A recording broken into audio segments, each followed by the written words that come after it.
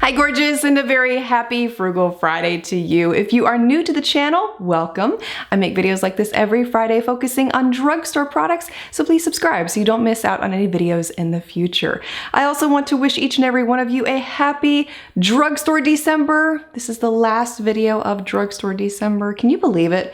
It's so hard to believe it's over, but I do want to let you know that there was an overwhelmingly positive response from so many of you this past month with all the drugstore videos that came out that I will be repeating this theme at some point in 2018, if not a few more times. So be on the lookout for a whole nother month of drugstore themed videos. In today's video, I am reviewing the entirely brand new Pro Brush line from Wet n Wild. I had to order these off of their website. I have not seen them in stores yet. I'm not really sure when they will be available in stores, but if you're interested in any of them, you can get them on Wet n Wild's website right now. They retail individually from $6 to $8, or you can buy the entire bundle as a set for $69. I know that sounds like a lot of money.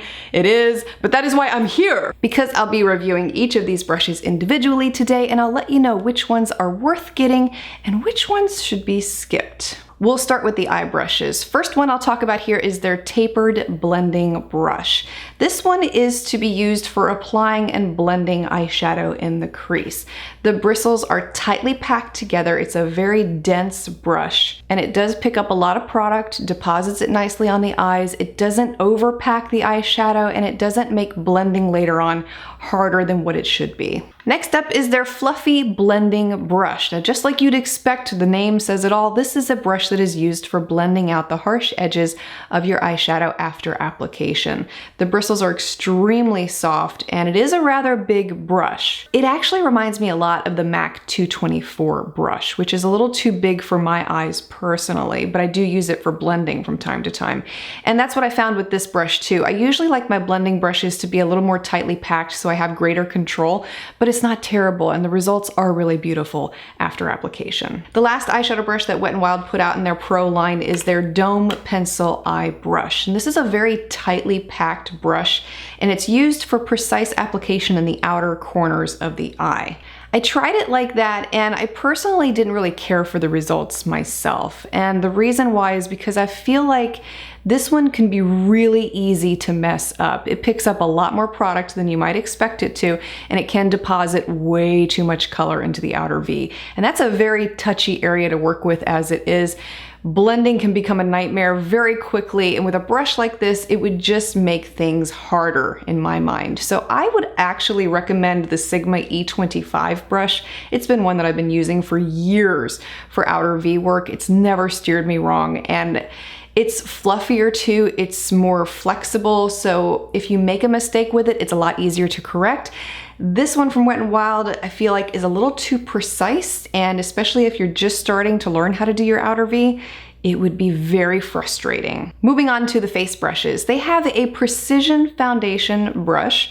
Looks like a stippling brush. It does have an indentation in the bristles, and they tell you to use this one to buff in liquid or cream foundation. This one reminded me a lot of the Maybelline foundation brush, same exact design, and it did take a little longer to get the foundation to blend into the skin than say a makeup sponge would. I still prefer a makeup sponge over a brush for that very reason, because it is faster.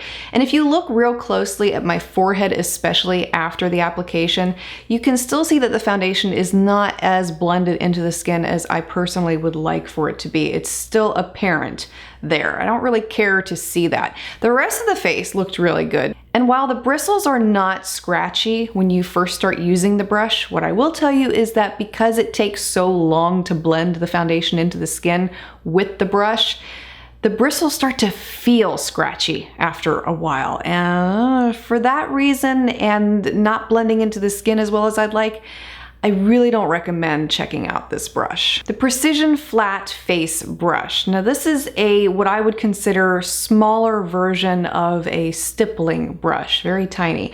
And it's made to apply liquid or cream product to smaller areas of the face.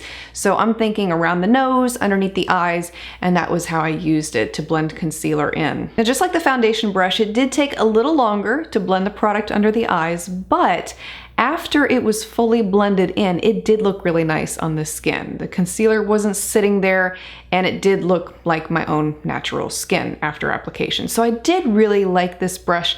I didn't find it scratchy. It was really soft the whole way through application, even though it did take a little longer than, say, a makeup sponge. All in all, pretty good brush. The Large Powder Brush. I don't know what it is. I have a thing for powder brushes. The bigger, the fluffier, the better they are. This one is no exception. Of course, you would use this to apply loose or pressed powder onto the skin after your foundation application. And this was so incredibly soft against the skin. It's one of those brushes that once you start using it, you will not want to stop. Next up is their blush brush, and you can use this brush for applying cream or powder blushes onto the cheeks. And if you're interested in seeing how it compares to the powder brush, it's a little bit smaller, and I thought this comparison might be helpful for those who may be considering either one or both of these brushes. It applies the blush evenly, it picks up a generous amount of product for application, no complaints with this one, and it is just as soft as the powder brush. The Precision Setting Brush. This is basically a smaller version of the powder brush that I talked about earlier. Very fluffy, soft bristles, and it's made to highlight or set powder underneath the eyes. Now, do you really need this brush? I don't think so. I feel like you could get along just fine with the powder brush, in all honesty. It is a really nice brush. I will give it that. High quality, no complaints about it whatsoever. I just feel like it is excessive, and one more brush that we can skip and save money on. The Flat Contour Brush. This, of course, is a flat bristled brush, great for applying contour into the hollows of the cheeks for defined facial features. You can also use this one with cream products too. I used it with one of the Wet n Wild contour palettes, and I really did like the application with it. It wasn't splotchy or uneven. It did blend the product nicely onto the skin, and I would use this one again in the future. Last brush out of the entire collection I have to share with you is their Tapered Highlighting Brush. And this one is used to apply a highlighting powder or cream to the cheekbones, Cupid's bow, bridge of the nose, any of the places around the face that you want to add highlight. I combined it up with one of Wet n Wild's highlighters, and the application is really intense with the smallest amount applied onto this brush. The bristles are very soft. I do feel like it is a much larger version of, say, the fluffy blending brush that I talked about in the beginning, so you could skip this one in theory too.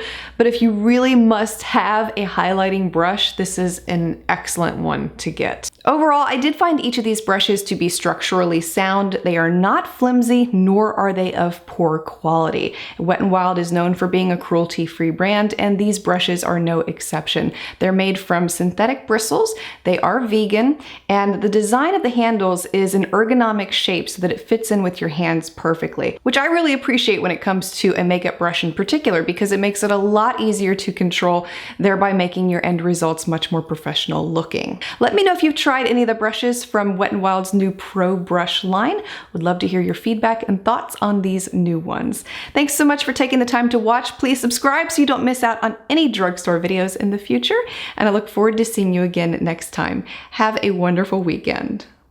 In today's video, I am reviewing the and